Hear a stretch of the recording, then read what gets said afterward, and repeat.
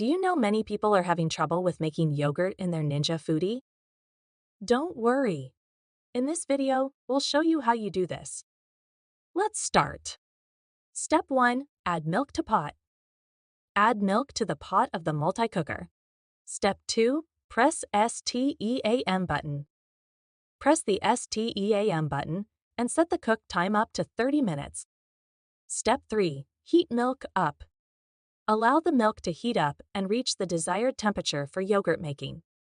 Step 4. Turn off STEAM. Once the milk reaches the proper temperature, turn off the STEAM function. Step 5. Add yogurt starter.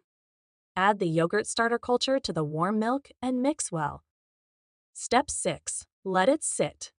Cover the pot with a lid and let it sit undisturbed for several hours to set. By following these steps, you should be able to make delicious yogurt with your Ninja Foodi. Still need help? Visit our website for the complete manual. There you will also find questions and answers from other Ninja users. Did you find this video helpful? By subscribing, you help us continue to answer users' questions. So, subscribe to our channel. Thanks for watching, and see you in the next video.